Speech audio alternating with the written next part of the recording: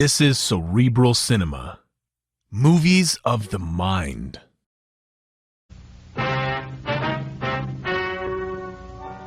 Ladies and gentlemen, the story you are about to hear is true. The names have been changed to protect the innocent.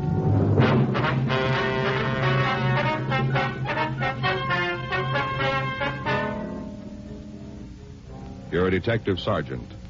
You're assigned a burglary detail. For the past month, a hot prowl artist has been working the Silver Lake district in your city. Your job? Stop him.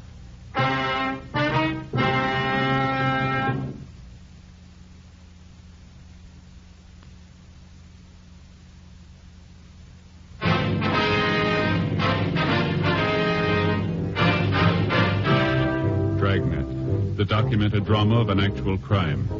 For the next 30 minutes, in cooperation with the Los Angeles Police Department, you will travel step by step on the side of the law through an actual case transcribed from official police files. From beginning to end, from crime to punishment, Dragnet is the story of your police force in action.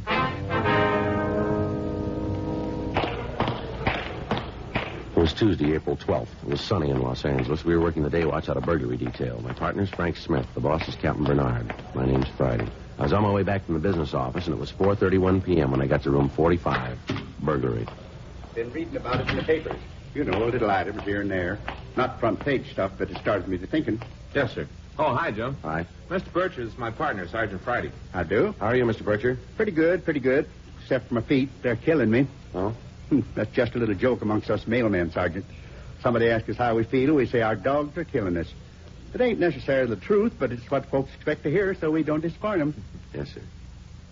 What was it you wanted to see us about, Mr. Bircher? I was just telling your partner here, Smith, is it? That's right, sir. Well, I was just telling Mr. Smith my mail route's out in the Silver Lake district. Uh-huh. You know, where they've been having them burglaries lately. Yes, sir. Sure, it's a shame. Nice part of town, quiet, residential. Nice people, too. Been delivering their mail for the past 12 years. Is that right? Get to know folks pretty well in that length of time.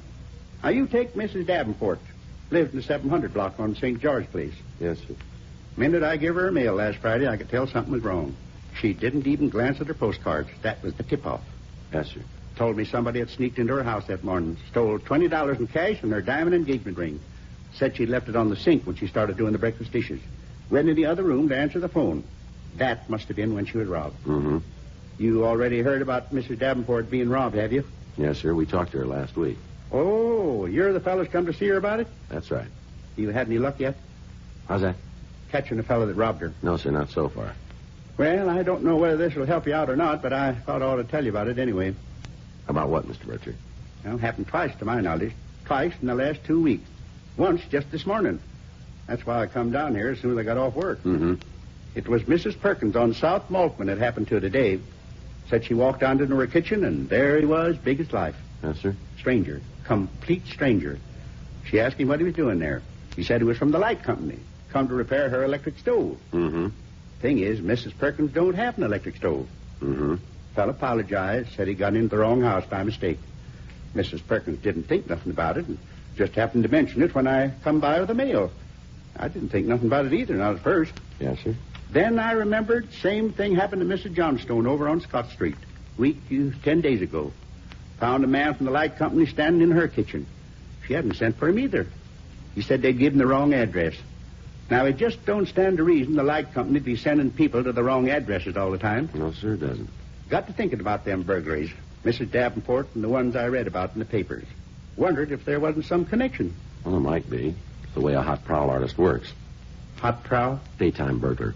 Operates when the victim is apt to be in the house. Oh. Would you give us their addresses, Mr. Bircher? Huh? The two ladies you were telling us about? You mean that found the fellow from the light company in their kitchen? Yes. Mrs. Perkins, she lives on South Maltman, number 201. Mrs. Waldo Perkins, that's her full name. 201. And the other lady? Johnstone. Mrs. Nellie Johnstone. She's a widow lady. Her address is 1247 Scott Street, corner of Scott and Brandon. I see. Thank you. Would you mind showing us just what your mail route covers, Mr. Bircher? Huh? On the map over here. Would you come over here? Oh, sure. Sure. Here we are. Starts here. Mm-hmm. Down this street like so, then over here. This whole section. These streets here, down here. Mm-hmm. This is where I end up. I see. That's the right area, all right. Yeah. Anything else I can do for you? No, sir, I don't believe so. We appreciate your coming in. Figured out I ought to help you if I could, seeing as how we both work for the same boss, How's that? the taxpayer.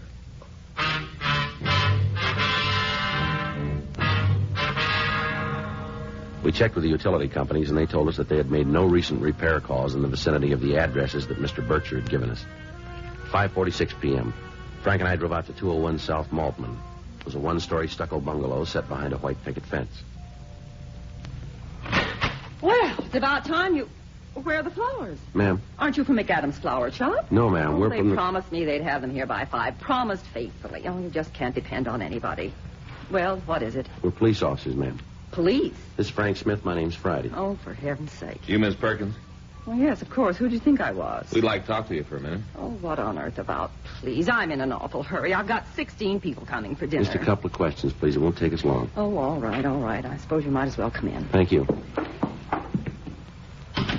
It isn't about Waldo, Ma'am? my husband.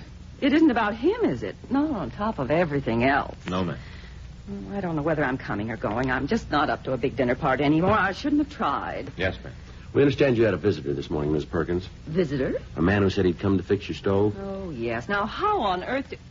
Oh, that mailman. I ought to know better than to tell him anything. He spreads it all over town. Yes, ma'am. You hadn't sent for an electrician, had you? Oh, certainly not. If anything was wrong with my stove, I'd send to the gas company. It's a gas range. Well, could you describe him for us, please? Describe him? That's right. I don't know what you mean. Well, what did he look like? Was he tall or short? Oh, I hardly even looked at him. He was just an ordinary man. Let's see. How old would you say he was? Isn't this kind of foolish? Well, we aren't sure yet, ma'am. Do you have any idea of his age? Oh, youngish, I guess. About 30. Mm-hmm. How was he dressed?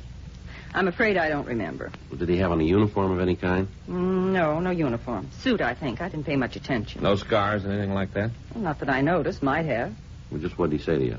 Well, just that he'd made a mistake, that he was in the wrong house, that's all. Mm-hmm. Do you have any kind of an accent? No. He sounded like a plain, everyday American to me. I see. Do you think you'd recognize him if you saw him again? Oh, I don't think so.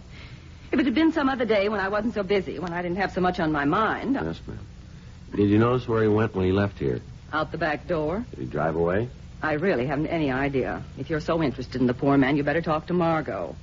Margot? Mrs. Summersby, my next-door neighbor. She was doing some gardening this morning. I see. I suppose she saw him, too. There isn't much that gets by Margot. She's a little on the nosy side, if you know what I mean. Yes, ma'am. Which house is hers? That one there. I see. Now, I've just got to get back to my dinner. I haven't even started the salad yet. And just one more thing, Miss Perkins. Well, what is it now? Is anything missing from around the house? Missing? Yes, ma'am. Money or anything of value? Why, no. No, of course not. You sure, are you? What on earth are you driving at? A man makes a perfectly honest mistake. Next thing I know, the police are bothering me. You'd think he was a criminal or something. I'm sorry we troubled you, Miss Perkins. I just don't understand it. People come here all the time, day in and day out. Some of them have the right address, some of them have the wrong one. Spend half my life answering the doorbell. Yes, ma'am. What's so special about this fellow? He didn't ring your doorbell.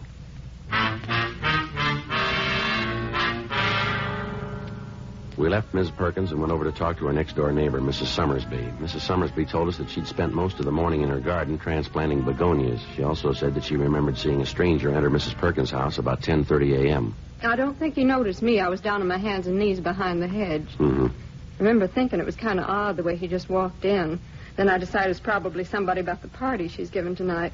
Delivery man, somebody like that. Yes, ma'am. Did you see him leave? A couple of minutes later, he came backing out, headed out toward the front of the house. Do you have a car? Well, I suppose so. You aren't sure?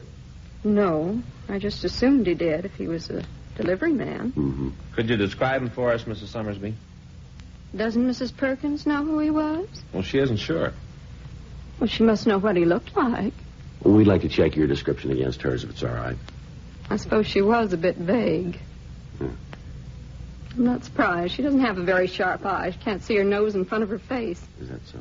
And the way she's been carrying on about this dinner party, well, it's a wonder to me she even remembered the man. Yes, ma'am. You'd think if she could entertain 16 people, 2 more wouldn't be any extra trouble. How's that? All her talk about just having friends of her sister's. That's who the party's for. Her sister from Cleveland. They're out here on a visit. Mm-hmm. Excuse, that's what it is. To get out of inviting Rex and me. Well, she won't need excuses in the future. Our relationship will be on a somewhat different basis. Yes, ma'am. Now, if you'll just tell us about the man you saw this morning. Oh, him. Yes, ma'am. Well, he was good size, tall as you are, maybe. A little heavier. Late 20s or early 30s, I'd put him. Mm-hmm. Dark hair, needed a haircut. It's nice looking. Not real handsome or anything like that, but good looking. Mm-hmm. Do you remember how he was dressed? Coat and pants. Don't think they matched. Not too sporty, though. I see. Walked real fast, brisk, like he was in a big hurry. Yes, ma'am. Anything else? No. No, I can't think of anything. Has he been around this neighborhood before? No, a stranger to me. Would you recognize him if you saw him again?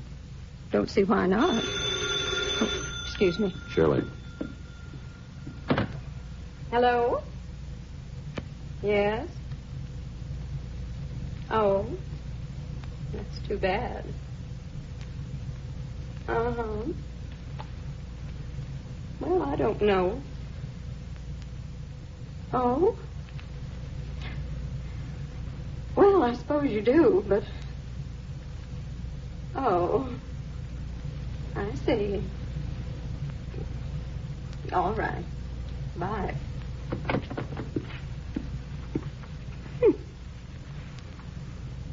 Mrs. Perkins. Is that right? Says the Barringtons can't come. Mr. Barrington's got virus. Wants me and Rex to fill in at the last minute. Well, if you're all through, Sergeant, Yes, ma'am. Thank you. I'd better start getting ready.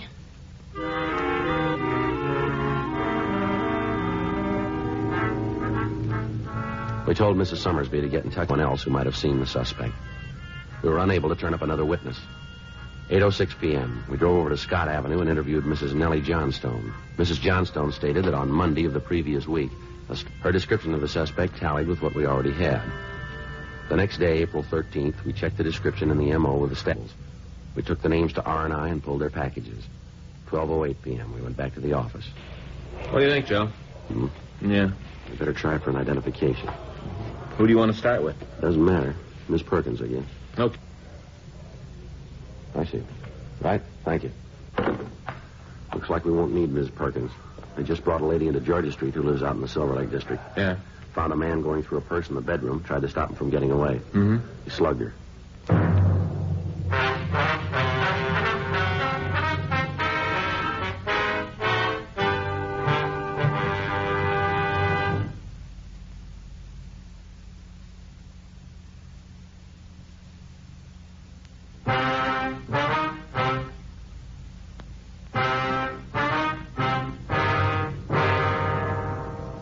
We drove over to Georgia Street Receiving Hospital and talked to Dr. Sebastian. He told us that a Mrs. Violet Castle had been brought in for treatment. He said she had a bad bruise on her face and a slight concussion. He also said she hadn't lost consciousness and was able to talk to us. There's Castle. Yes? Police officers, man. Okay. We'd like you to tell us what happened, if you would. Well, I told the others when they come to get me. Yes, ma'am. We'd like to hear it from you. Well, he was just standing there by the dresser. I couldn't imagine where he come from. Uh-huh. I didn't say anything for a minute. I was too surprised. He didn't seem to know I was in the room. His back was towards me. What was he doing? And I couldn't tell, not at first. And then I heard a little snap. Just a click. Mm-hmm. I realized he was opening my purse. Yes, ma'am. Started fumbling at the things inside. I must have moved or something. Anyway, he looked up, saw me in the mirror. Mm-hmm. His eyes opened up real wide like he was scared. I remember thinking he's more scared than I am. Did he say anything? No, sir, not a word. I did all the talking. Told him to put down my purse. Put it down, I said. Tried to sound real sure of myself. And what happened then? He dropped the pocketbook, turned around toward me. I don't think he had a gun or anything. If he did, I didn't see it. Yes, ma'am. He just started running toward the door. I moved over so as I'd been in his way. Where do you think you're going? I said. Mm-hmm. He didn't answer. He just pushed past me. I grabbed at his arm, and that's when he hit me. Here, where the bandage is. I see. Must have struck the chair when I fell. The doctor tells me I'm going to have a real bump. Guess everybody will be saying Violet Castle sure got the swell head, huh? Yes, ma'am. I didn't faint, though. I thought for a minute I was going to, but I didn't. Mm-hmm. I heard him run out of the house like I heard a wild horse's the way he pounded out of there. Managed to get to my feet, made it to the telephone in the hall, and called the police. Mm-hmm. They sent an ambulance for me. Got there real quick. First time I ever rode in an ambulance. Is that right? Oh, I've had my share of sickness. I've been in hospitals and all that, but I never had an ambulance ride before. Yes, ma'am. Siren, too. Siren going all the way down here. Now, I thought I must be pretty bad off if they had to use a siren like that, but the doctor says it's usual. Mm-hmm. Who told me I'd be up and around again in a few days, be my whole self, except for my lump? It'd be a while before a lump like that goes away. You think you could identify the man who hit you, Mrs. Castle? Identify him? Well, yes. If we showed you some pictures, could you pick him out? Right now? Yes, ma'am. Well, I'm afraid not. Oh? But it isn't that I wouldn't know him, you understand, him or his picture. I'm not likely to forget that face. Well? It's too dark in here for me to look at any pictures. Way too dark. Doctor said they had to leave the blinds down for the time being. Told me not to turn the light on. I understand. I'm sorry I can't be more help, but the doctor left strict orders. Yes, ma'am. I'll check on it, Joe. Thank you. Always believe in following doctor's orders. Yes, ma'am. No use paying a doctor unless you do what he tells you. That's how my husband always used to put it. Mm-hmm. Of course, I'm not paying anything here, am I? That's what they told me. Yes, ma'am. I explained I wasn't a charity case. I got some health and accident insurance. I guess you'd call this an accident, wouldn't you? Well, I'm not sure. I imagine so. Dr. Sebastian says it'll be all right to turn the lights on for a few minutes, Joe. Okay. Are you sure it's all right? Yes, ma'am, he said so. Well, he was so positive before about keeping it dark in here. Well, a couple of minutes probably won't make any difference, Miss Castle. Well, the doctor says so. Yes, ma'am. Ooh, sure seems bright, don't it? Yes, ma'am. Now, if you just look through these photos. Well, I'll do my best. It sure is funny. How's that? You getting here so quick and having pictures all ready to show me. Well, we don't know that we've got his picture here. Well, that's what's so funny. Ma'am. This is him, right here. Mrs. Castle positively identified one of the mugshots we'd shown her. Ralph Foster Maple. Maple had done time for burglary. The three ladies we had previously interviewed also identified the suspect's picture. 3:16 p.m. We went back to the office. The crime lab reported that there were no fingerprints or other physical evidence at Mrs. Castle's home. Frank and I checked the phone books and city directories for Maple's address. There was no listing. We ran DMV for a car registration. They had nothing under his name, but they told us that a Mrs. Ralph F. Maple at 317 Himber Street was the registered owner of a late model Nash sedan. 4:48 p.m. We drove out to interview Mrs. Maple. Yes? Mrs. Maple, Yes? your husband in? My husband? Yes, ma'am. I'm afraid you've made a mistake. Oh? I'm not married. Not anymore. Oh, I see. You were married to Ralph Maple? Yes? We're police officers. Oh. This is Frank Smith. My name's Friday. What's he done now? We'd like to get in touch with him, that's all. You mind if we come in? Give me a minute to send my daughter over to the neighbors. I'd rather she didn't hear this. We'll have to come in. Oh, all right. Over here. Yes, ma'am. Go out and play, will you, honey? What is it this time? Burglary again? We're just trying to reach him, Miss Maple. Do you know where he lives? No. Is he still in Los Angeles? I suppose so. He was here a couple of weeks ago. Came by to see Joanne. She's our daughter. Mm-hmm. Should have known he was up to something. Ma'am. Brought us presents. Expensive presents. Said he had a new job. I didn't really believe him, but I tried to for Joanne's sake. Did he say what this job was? Selling. Didn't mention the firm. I suppose he could be a good salesman if he'd try. Does he have a car? Told me it was in the shop being repaired. Came up in a taxi cab. I see. It's a great one for taxis, Ralph is. Big tipper, too. With somebody else's money. I'm sorry. I guess I sound a little bitter, don't I? Mm. It was my own doing. I knew he was wild when I married him. I thought he'd change. He did. He got worse. How long you been divorced? A little over 2 years now. Oh, I waited till he got out of prison. I thought that was my duty, have a home ready for him to come back to. Yes, ma'am. Wouldn't hold down a job, didn't even try. Well, we'd managed without him while he was in San Quentin. I knew we could do it again. He's supposed to support Joanne. I haven't seen a penny in 6 months. Always brings her a present, though. That's his way of trying to get on the good side. You know any of his friends who might help us locate him? His friends aren't my friends, Sergeant. Yes, ma'am. But you won't have any trouble finding him. Ma'am? He'll be here tomorrow. Oh. It's Joanne's birthday. He'll bring her something. He'll be here. Mm-hmm. I suppose he does love her. In his way. Maybe he loves me, too. Mm-hmm. Maybe I love him. I was even thinking about us getting back together. If it was true about his new selling job. I guess you never learn, do you? You're sure he'll be here tomorrow? He won't miss Joanne's birthday. Ralph's a very thoughtful father, not the kind of man who forgets birthdays and anniversaries. I see. Might forget to pay his bills, but that's different. Yes, ma'am. It'll be quite a birthday present for Joanne, won't it? What's that? Her father getting arrested again.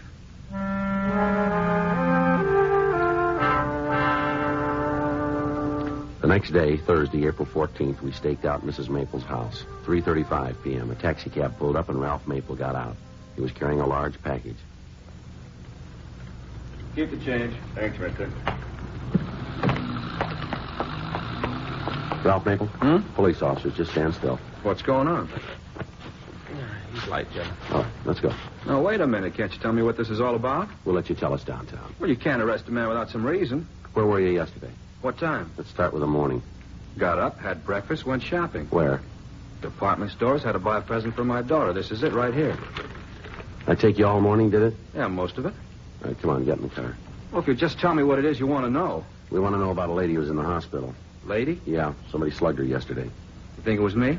She does. Let's find out if she's right. Come on, Maple. Okay, she's right. All right, let's go. I didn't mean to hit her very hard. It was hard enough.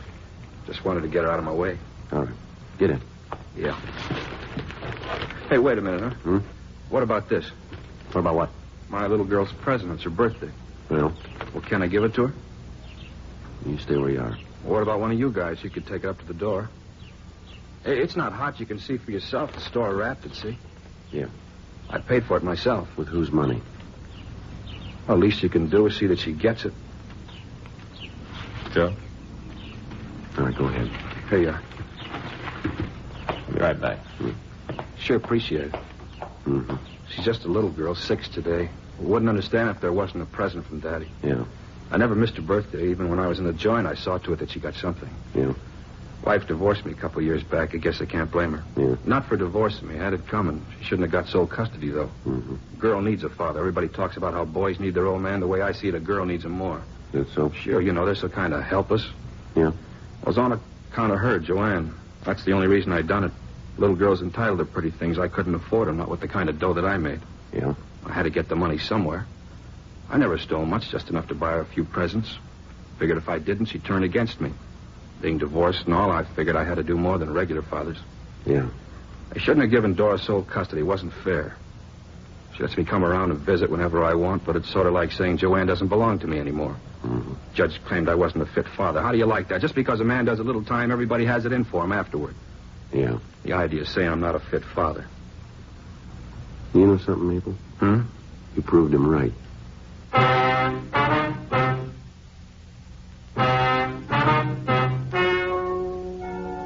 The story you have just heard is true. The names were changed to protect the innocent. On August 6th, trial was held in Department 98, Superior Court of the State of California, in and for the County of Los Angeles. In a moment, the results of that trial.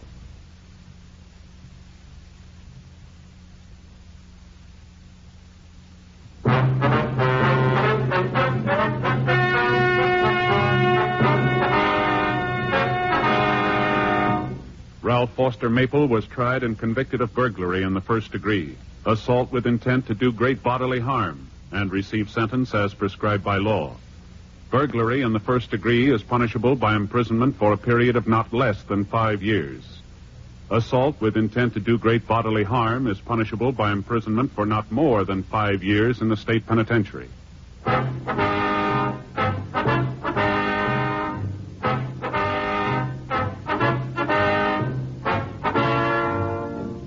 You have just heard Dragnet, a series of authentic cases from official files. Technical advice comes from the Office of Chief of Police W.H. Parker, Los Angeles Police Department.